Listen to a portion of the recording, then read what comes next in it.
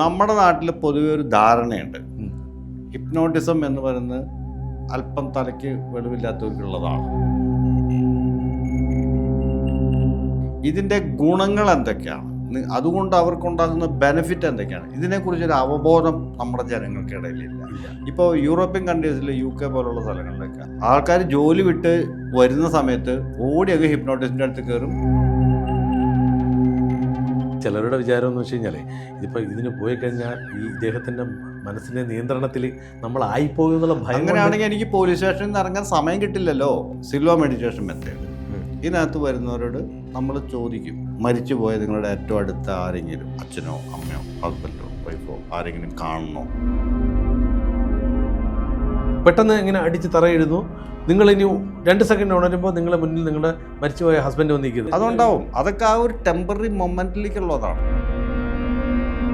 നിങ്ങൾ ആ മെഡിറ്റേഷനിൽ ഇരുന്നുകൊണ്ട് നിങ്ങൾ യൂണിവേഴ്സുമായിട്ട് കണക്റ്റ് ആവുകയാണ്. അവിടെ നിങ്ങൾക്ക് മരിച്ചുപോയ ആത്മാക്കളെ കാണാനുള്ള സൗകര്യമുണ്ട്. ആത്മാവ് ഈ ഭൂമിയിൽ ബന്ധം വിട്ട് അവർ പോയി, അവർക്കൊരു സെൻറ്റിമെൻറ്റ്സ് ഉണ്ടാവില്ല. പക്ഷെ നമ്മൾ മനുഷ്യർക്കാണ് ആ സെൻറ്റിമെൻറ്റ്സ് ഉള്ളത്. മനുഷ്യർക്കുള്ള സെൻറ്റിമെൻറ്റ്സ് തന്നെ അവരുടെ ഉള്ളിലുണ്ട്. നമസ്കാരം, അമേസിംഗ് റേയിലേക്ക് എല്ലാ പ്രേക്ഷകർക്കും സ്വാഗതം. ഇന്ന് നമ്മൾ സംസാരിക്കാൻ പോകുന്നത് ചില മനസ്സിൻ്റെ കളികളും ചില കൗതുകങ്ങളൊക്കെയാണ്. ചില വാക്കുകൾ ഒരു വ്യക്തിയോട് സംസാരിക്കുമ്പോൾ അദ്ദേഹം ചിലപ്പോൾ ഒരു ഹിപ്നോട്ടൈസ് ആയി പോകുന്നു. അപ്പോൾ ചിലർ വിചാരിക്കും, അങ്ങനെ ഹിപ്നോട്ടൈസ് ആയിക്കഴിഞ്ഞാൽ എൻ്റെ ഉള്ളിലുള്ള രഹസ്യങ്ങൾ പുറത്തു വരുമോ? അങ്ങനെയൊക്കെ ചിലർ ചിന്തിക്കാറുണ്ട്. അതുപോലെ തന്നെ ഇത് ചിലപ്പോൾ സിനിമയിലല്ലേ ഇതൊക്കെ സാധ്യതയുള്ളൂ, ഒരു മായജാലം പോലെ, ഒരു ഇന്ദ്രജാലം പോലെ. എന്നാൽ തികച്ചും അങ്ങനെയല്ല. ഇതൊരു വളരെ ശാസ്ത്രീയപരമായ വളരെ ശാസ്ത്രീയതയുള്ള ഒരു ചികിത്സാ രീതിയാണ് ഹിപ്നോതെറാപ്പി. പിന്നെ പലർക്കും സംശയങ്ങളുണ്ട്. ഹിപ്നോസിസ് ചെയ്താൽ അവരുടെ ട്രോമ, ചിന്തകൾ, ഭയം, പിന്നെ മുൻജന്മങ്ങളിലേക്ക് പോകാൻ കഴിയുമോ എന്നൊക്കെയുള്ള പല ചോദ്യങ്ങളും ഉത്തരങ്ങളൊക്കെ നമ്മുടെ മനസ്സിലിങ്ങനെ വരും. ഇന്ന് അതിനൊക്കെ ഉത്തരം നൽകാനായി പ്രശസ്ത ഹിപ്നോതെറാപ്പിസ്റ്റായ വേണു മേനോൻ അദ്ദേഹം ഇവിടെ ഉണ്ട്. അദ്ദേഹത്തിലേക്ക് പോകുന്നതിന് മുമ്പ് നമ്മുടെ വീഡിയോ സ്ഥിരമായി കാണുന്നവർ ലൈക്ക് ചെയ്യുക, ഷെയർ ചെയ്യുക, കമൻറ്റ് ചെയ്യുക. പുതുതായി കാണുന്ന പ്രേക്ഷകർ ദയവ് ചെയ്ത് നിങ്ങൾ സബ്സ്ക്രൈബ് ചെയ്യുക. പിന്നെ നല്ല കമൻറ്റുകൾ തരിക. ഈ കമൻറ്റുകളാണ് ഞങ്ങളുടെ മുന്നോട്ടുള്ള യാത്രകളുടെ വിജയം. ഇത്തരത്തിലുള്ള അറിവുകൾ നൽകാനായി പ്രശസ്തരായിട്ടുള്ള വ്യക്തികളാണ് നമ്മുടെ ഫ്ലോറിൽ വരുന്നത്. അതുകൊണ്ട് തന്നെ നിങ്ങൾ വീഡിയോ കാണുക, ഷെയർ ചെയ്യുക. അപ്പോൾ നമുക്ക് വേണു സാറിനെ സ്വാഗതം ചെയ്യാം. സാറേ നമസ്കാരം. നമസ്കാരം. സാധാരണക്കാരന് പെട്ടെന്ന് മനസ്സിലാവുന്ന രീതിയിൽ എന്താണ് ഹിപ്നോതെറാപ്പി? എല്ലാ മനുഷ്യനും ഓരോ ദിവസവും മിനിമം 2 പ്രാവശ്യമെങ്കിലും ഹിപ്നോസിസിൽ പോകുന്നുണ്ട്. ഒന്ന് നിങ്ങൾ രാവിലെ ഉണരുന്നതിന് തൊട്ട് മുന്നേ, ഒന്ന് രാത്രി ഉറങ്ങുന്നതിന് തൊട്ട് മുന്നേ. ആ സമയത്ത് നിങ്ങൾക്ക് എല്ലാം അറിയാം, എല്ലാം നിങ്ങൾ അറിയുന്നുണ്ട്, പക്ഷെ നിങ്ങൾ ഉറക്കത്തിലാണ്. നിങ്ങളുടെ സ്വന്തം കൂർക്കമ്പലി പോലും നിങ്ങൾ കേൾക്കും. റൈറ്റ്? നിങ്ങൾ ശരിക്കും ശ്രദ്ധിച്ച് നോക്കി കഴിഞ്ഞാൽ നിങ്ങൾക്കറിയാം, നിങ്ങൾ ഉറങ്ങല്ല എന്നുറങ്ങാണ്, ഉണർന്നിരിക്കുകയല്ല ഉറങ്ങിപ്പോവാണ്. ഈ 2 സമയത്ത് നിങ്ങൾ മിനിമം അറിയുന്നുണ്ട്. സെക്കൻഡ്ലി, നിങ്ങൾ ഡ്രൈവ് ചെയ്യുന്നൊരു വ്യക്തിയാണെങ്കിൽ, നിങ്ങളിപ്പോൾ ഇവിടുന്ന് ഒരു 10-50 കിലോമീറ്റർ ദൂരത്തേക്ക് വണ്ടി ഓടിക്കുന്നു. നിങ്ങൾ വണ്ടി ഓടിക്കുമ്പോൾ യു ആർ സോ വിജിലൻറ്റ്. എല്ലാത്തിലും നിങ്ങളുടെ ആ ഒരു വിജിലൻസ് ഉണ്ട്, നിങ്ങൾ അറിയുന്നുണ്ട് ഓടിക്കുന്നത്. 10 കിലോമീറ്റർ പോകുമ്പോൾ നിങ്ങൾ കണ്ണുറക്കുമ്പോൾ നിങ്ങൾ ഈ 50 കിലോമീറ്ററിന് തൊട്ടടുത്തോ അല്ലെങ്കിൽ കുറച്ച് മുമ്പോ നിങ്ങൾ എത്തിക്കാണും. അത് വരയ്ക്കേണ്ട ഒരു കാര്യം നിങ്ങൾക്ക് അറിയില്ല. നിങ്ങൾ എങ്ങനെ വണ്ടി ഓടിച്ചെന്നോ, നിങ്ങൾ എങ്ങനെ ഇവിടം വരെ എത്തിയെന്നോ ഒന്നും നിങ്ങൾക്കറിയില്ല. ഇതും നിങ്ങൾ എക്സ്പീരിയൻസ് ചെയ്തിട്ടുണ്ടാവും. ഇനി നിങ്ങളൊരു ജോലി ചെയ്തുകൊണ്ടിരിക്കുകയാണ്. ജോലി ചെയ്തുകൊണ്ടിരിക്കുന്ന സമയത്ത് നിങ്ങൾ ഫുൾ കോൺസെൻട്രേറ്റഡ് ആണ് എങ്കിൽ നിങ്ങൾ ആ ചെയ്യുന്ന ജോലി ഓട്ടോമാറ്റിക്കായിട്ട് ചെയ്തു പോയിക്കൊണ്ടേയിരിക്കും. നിങ്ങൾ വേറെ ഒന്നും നിങ്ങൾ അറിയുന്നില്ല. ശരിയല്ലേ? ശരിയാണ്. ചുരുക്കം പറഞ്ഞാൽ ഹിപ്നോസിസ്. ചുരുക്കം പറഞ്ഞാൽ നമ്മുടെ ഡെയിലി ലൈഫിലുള്ള സംഭവം തന്നെയാണ്. അത് തന്നെയാണ് ഹിപ്നോസിസ്. ഇത് എന്തുകൊണ്ടാണ് ഇങ്ങനൊരു ആളുകൾക്ക് ഈ ബോധ്യത്തിലേക്ക് വരാത്തത്? നോക്കൂ, നമ്മുടെ നാട്ടിൽ പൊതുവെ ഒരു ധാരണയുണ്ട്, ഹിപ്നോട്ടിസം എന്ന് പറയുന്നത് അല്പം തലയ്ക്ക് വെളിവില്ലാത്തവർക്കുള്ളതാണ്. ഇപ്പം എൻ്റെ ഒരു ബോർഡ് ഞാൻ എൻ്റെ വീടിൻ്റെ പുറത്ത് വെച്ചിട്ടില്ല, എൻ്റെ ക്ലിനിക്കിൻ്റെ പുറത്ത് വെച്ചിട്ടില്ല. കാരണം അത് വെച്ച് കഴിഞ്ഞാൽ പിന്നെ ഒരു മനുഷ്യന് അങ്ങോട്ട് വരില്ല. അതെ, ഭ്രാന്തന്മാരുടെ സ്ഥലമാണെന്ന് പറയും, ഭ്രാന്തന്മാരെ ചികിത്സിക്കുന്ന സ്ഥലമാണെന്ന് പറയും, വരില്ല. പിന്നെ രണ്ടാമത്, ഇതിൻ്റെ ഗുണങ്ങൾ എന്തൊക്കെയാണ്, അതുകൊണ്ട് അവർക്കുണ്ടാകുന്ന ബെനിഫിറ്റ് എന്തൊക്കെയാണ്, ഇതിനെക്കുറിച്ചൊരു അവബോധം നമ്മുടെ ജനങ്ങൾക്കിടയിലില്ല. ഇപ്പോൾ യൂറോപ്യൻ കൺട്രീസിൽ UK പോലുള്ള സ്ഥലങ്ങളിലൊക്കെ ആണെന്നുണ്ടെങ്കിൽ ആൾക്കാർ ജോലി വിട്ട് വരുന്ന സമയത്ത് ഓടിയൊക്കെ ഹിപ്നോട്ടിസ്റ്റിൻ്റെ അടുത്ത് കയറും, അവൻ്റെ തെറാപ്പി കുറച്ച് നേരത്തേക്ക് ഇരിക്കും, അവൻ തിരിച്ചു പോരും, അവൻ്റെ സ്ട്രെസ്സും ബാക്കിയുള്ള എല്ലാ ടെൻഷനും എല്ലാം റിലാക്സ് ആക്കിയിട്ട് അവൻ വീട്ടിൽ. ഇവിടെ പക്ഷേ അങ്ങനെ ഇവിടെ അങ്ങനെയല്ല, ഇവിടെ നേരെ ഓപ്പോസിറ്റാണ്. ഭ്രാന്തുള്ളവന് മാത്രമേ ഹിപ്നോട്ടിസം വേണ്ടൂ, അങ്ങനെയൊക്കെ ഒരു ചിന്താഗതിയാണ്. അതായത് ഒരു കോമൺ മനുഷ്യനെല്ലാം ഭ്രാന്തില്ലാത്ത ഇല്ലെങ്കിൽ വേറെ ടെൻഷനില്ലാത്ത ആൾക്കാരാണെന്നുള്ള ധാരണ. ഇവിടെ ഭ്രാന്തില്ലാത്ത ആരാ ഉള്ളത്?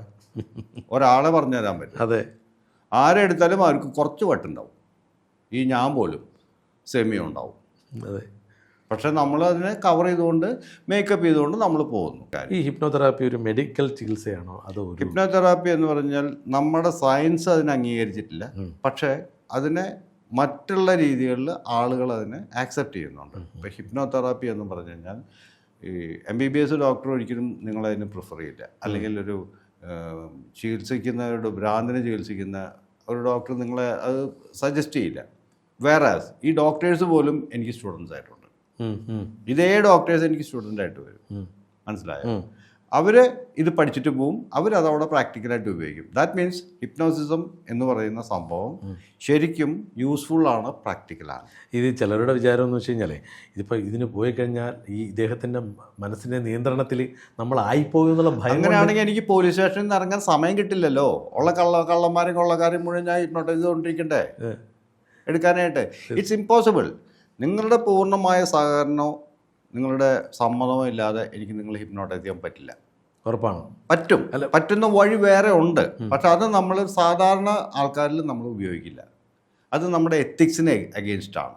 ഇതിലൊരു രസകരമായൊരു കാര്യം, നമ്മൾ മണിച്ചിത്രത്താഴ് സിനിമ കണ്ടല്ലോ, അപ്പോൾ അതിൽ സണ്ണി എന്നുള്ള ക്യാരക്ടർ വരുന്ന സമയത്ത് നമ്മുടെ നെടുപടി വേണു ചേട്ടൻ ഒരു ഡയലോഗ് പറയുന്നുണ്ട്, അവർ ഹിപ്നോട്ടൈസ് ചെയ്ത് ഉറക്കി കിടത്തിക്കളയും.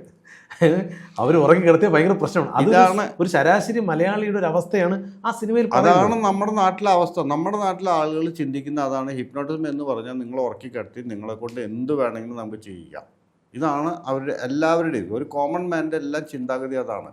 അല്ലെങ്കിൽ നിങ്ങളുടെ ഉള്ളിലുള്ള കുറേ രഹസ്യങ്ങൾ ഞാൻ മനസ്സിലാക്കും. എങ്ങനെ മനസ്സിലാക്കും? നിങ്ങൾ പറയാത്തൊരു രഹസ്യം എനിക്ക് നിങ്ങളുടെ കയ്യിൽ നിന്ന് കിട്ടില്ല. നിങ്ങൾ എൻ്റെ അടുത്ത് ട്രീറ്റ്മെൻറ്റിന് വേണ്ടി വരുന്നത് എന്തിനാണെങ്കിൽ നിങ്ങൾക്ക് ആ പ്രശ്നം സോൾവ് ചെയ്യാൻ വേണ്ടിയിട്ടാണ്, അല്ലേ? അപ്പം നിങ്ങൾ എന്നോട് എല്ലാം പറഞ്ഞേ പറ്റൂ. അതെ അതെ. ഇത് നിങ്ങൾ അറിയാതെ എടുക്കാനുള്ള വഴികളുണ്ട്, പക്ഷെ നമ്മളതൊന്നും ഉപയോഗിക്കാറില്ല ഒരിക്കലും. അത് തെറ്റാണ്, നമ്മൾ ചെയ്യില്ല. ഇപ്പം ഞാൻ ഉദാഹരണം പറഞ്ഞപ്പം സ്ട്രെസ് എന്ന് പറയുന്നത് ഒരു IT മേഖലയിലുള്ളവർക്ക് മാത്രമല്ല, സാധാരണ കൂലിപ്പണി ചെയ്യുന്നവർക്ക് എല്ലാവർക്കും സ്ട്രെസ് ഉണ്ട്. നിങ്ങൾക്കും ഉണ്ട്, എനിക്കും ഉണ്ട്, മീഡിയ വർക്കേഴ്സിന് എല്ലാവർക്കും ഉണ്ട്. അപ്പോൾ സാധാരണ ഇപ്പം നമ്മൾ സാധാരണ സംഭവിക്കുന്ന ഓഫീസിൽ പോയിട്ട് തിരിച്ചു വരുമ്പോൾ അവന് ഭയങ്കര സ്ട്രെസ്സുമായിട്ടാണ് തിരിച്ചു വരുന്നത്. അതേ ആറ്റിറ്റ്യൂഡിൽ തന്നെയാണ് കൂലിപ്പണിക്കാരൻ. ഇപ്പം മേശരി പണിക്ക് പോകുന്നവൻ, പ്ലംബർ, ഇവരൊക്കെ പോകുന്നുണ്ട്. അവർക്കൊക്കെ ഇഷ്യൂസ് ഉണ്ട്, ട്രോമാസ് ഉണ്ട്.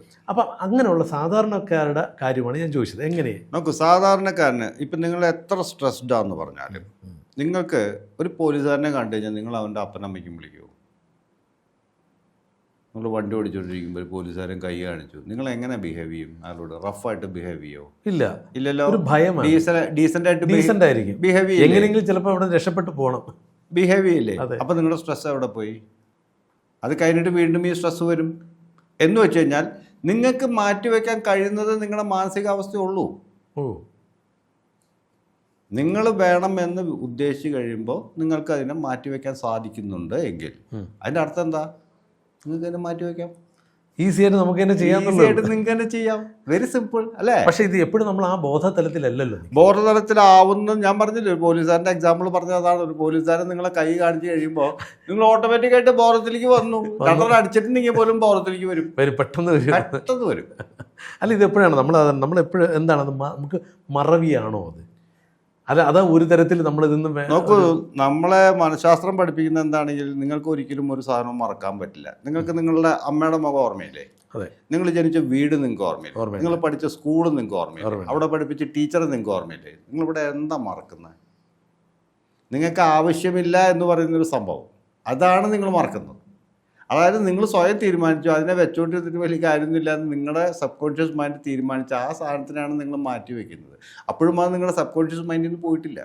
It is there always. നിങ്ങൾ മരിക്കുന്നവരെ അത് അവിടെ കിടക്കും. പക്ഷെ നിങ്ങൾക്ക് അതിന് ആവശ്യമില്ലെങ്കിൽ നിങ്ങൾ നിങ്ങളുടെ സൗകര്യപൂർവ്വം അതിനങ്ങ് മാറ്റി വയ്ക്കും. ഈ നമുക്ക് സമയമില്ല എന്ന് നമ്മൾ എപ്പോഴും പറയുന്നില്ലേ? എപ്പോഴാണ് നമുക്ക് സമയമില്ലാതാവുന്നത്? നമുക്ക് വലിയ താല്പര്യമില്ലാത്തൊരു വിഷയം ചെയ്യേണ്ട കാര്യത്തിൽ നമുക്ക് സമയമില്ലായ്മ വരുള്ളൂ. ഈ പലർക്കുള്ള സംശയമാണ് ഈ സിനിമകൾ കാണുന്നത് പോലെ ഒരാളെ നമുക്ക് നിയന്ത്രണത്തിലാക്കാൻ പറ്റുമോ ഇതൊക്കെ പഠിച്ചു കഴിഞ്ഞാൽ?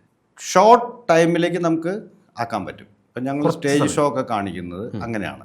ഒരു ഷോർട്ട് ടൈം അത് ഞങ്ങൾക്ക് ആക്കാൻ പറ്റും. പലരും ഷോസിൽ വന്നിട്ട് ഇപ്പം നിങ്ങളുടെ മുന്നിൽ നിൽക്കുന്നത് നിങ്ങളെ മരിച്ചുപോയ ഭർത്താവാണ് അതൊക്കെ പറയാൻ പറ്റും. അതായത് ഇല്യൂഷൻ, ഹലൂസിനേഷൻ ഇതെല്ലാം നമുക്ക് ഉണ്ടാക്കിയെടുക്കാൻ പറ്റും. ഒരു ഷോർട്ട് ടൈമിൽ, ഞാൻ അടിവരയിട്ട് പറയുന്നു, ഷോർട്ട് ടൈമിലേക്ക് നമുക്കൊരാളെ മാറ്റിയെടുക്കാൻ പറ്റും. ഇങ്ങനെ ഇല്യൂഷൻസോ ഹലൂസിനേഷൻസോ എല്ലാം കൊടുത്ത് നമുക്ക് മാറ്റിയെടുക്കാൻ പറ്റും. എന്തിന്?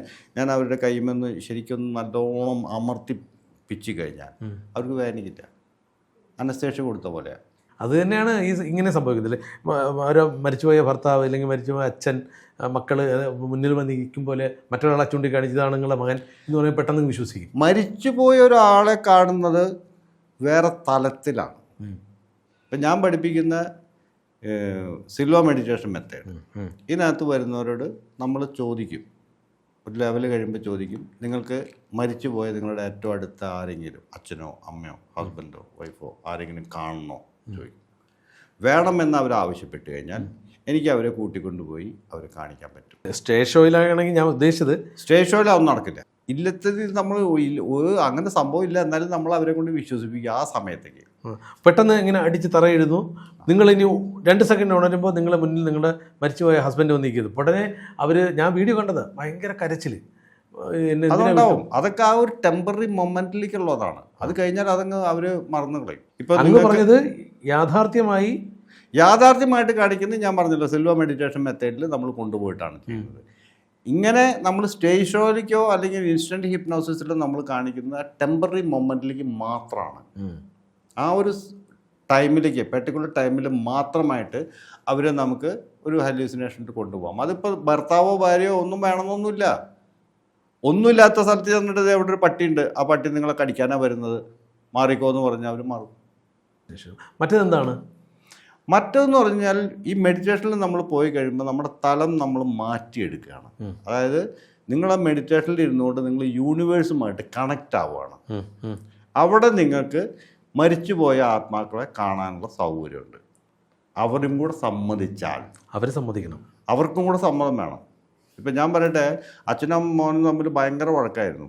മോൻ ചെന്നിട്ട് അച്ഛനെ വിളിച്ചിട്ട് അച്ഛൻ ചിലപ്പോൾ വന്നൊന്നുമില്ല. അച്ഛൻ പറഞ്ഞെങ്കിൽ അവനെ കാണണ്ട പറയും, ഇല്ലേ? ഒബിയസ്ലി നമ്മൾ വീട്ടിൽ ചെന്നാലും അങ്ങനെ തന്നെയല്ലേ. നമ്മൾ ഇത്തരം ചടങ്ങുകളൊക്കെ ചെയ്തിട്ടാണ് ഇവരുടെ ബോഡി സംസ്കരിക്കുന്നത്. കാര്യം ബന്ധം വേർപെടുത്തുന്നു. അപ്പോൾ അവർ ഈ ഭൂമിയിൽ നിന്ന് അങ്ങ് പോവുകയാണ്. പിന്നെ ഇങ്ങോട്ട് വേറെ ബന്ധങ്ങളൊന്നും ഇല്ല അവർക്ക്. ഇല്ല അല്ലേ? ഇല്ല. നമ്മൾ ഇപ്പം അച്ഛനാണെന്ന് പറഞ്ഞിട്ടോ മകനാണെന്ന് പറഞ്ഞ കാര്യമില്ല. അവർക്ക് ആത്മാവ് ഈ ഭൂമിയിൽ ബന്ധം വിട്ട് അവർ പോയി. അവർക്കൊരു സെൻറ്റിമെൻറ്റ്സ് ഉണ്ടാവില്ല. പക്ഷെ നമ്മൾ മനുഷ്യർക്കാണ് ആ സെൻറ്റിമെൻറ്റ്സ് ഉള്ളത്.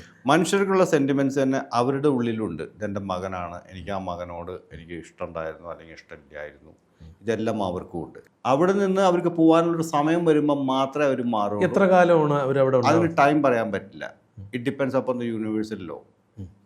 അവരാണ് തീരുമാനിക്കുന്നത്. ഈ പോയ വ്യക്തിയുമാണ് തീരുമാനിക്കുന്നത്. ഇവർക്ക് എപ്പോൾ പോകണം, അടുത്ത ജന്മം എപ്പോൾ വേണം, അടുത്ത ജന്മം ആരായിട്ട് വരണം, ആരൊക്കെ കൂടെ ഉണ്ടാവണം, ഇതെല്ലാം അപ്പോഴാണ് വരുന്നത്. ഇപ്പം ഞാൻ ഹിപ്നോട്ടിസം ക്ലാസ്സിൽ തന്നെ ഞാൻ ഓരോ സെഗ്മെൻ്റായിട്ട് കൊണ്ടുപോകുമ്പോൾ ആൾക്കാരുടെ പാസ്റ്റ് ലൈഫിലേക്ക് പോയി കഴിയുമ്പോൾ ഇവരെ ഇതുപോലെ ഞാൻ മാസ്റ്റേഴ്സിനെയും സ്പിരിച്വൽ ഗൈഡിനെയും എല്ലാം കാണിക്കാറുണ്ട്. മരിച്ചുപോയ ആത്മാക്കളെയും കാണിക്കാറുണ്ട്. അത് നമ്മൾ ഹിപ്നോട്ടിസം ക്ലാസ്സിൽ കാണിക്കുന്നതിനേക്കാളും ഇഫക്റ്റീവായിട്ട് വരുന്നത് സിൽവ മെഡിറ്റേഷൻ മെത്തേഡിലാണ് മാത്രം. അവിടെ എന്ന് പറഞ്ഞാൽ അവർക്ക് എൻ്റെ സഹായം വേണ്ട, അവർക്ക് സ്വയം ചെയ്യാൻ പറ്റും. സ്ഥിരമായി പോകുന്ന ആൾക്കാരുണ്ട്. ഈ പറഞ്ഞ വേൾഡിലേക്ക് സ്ഥിരമായി പോകുന്ന ആൾക്കാരുണ്ട്. ഈ ഹിപ്നോട്ടിസം എന്ന് പറഞ്ഞാൽ എൻ്റെ സഹായത്തിൽ മാത്രമേ ചെയ്യാൻ പറ്റുള്ളൂ.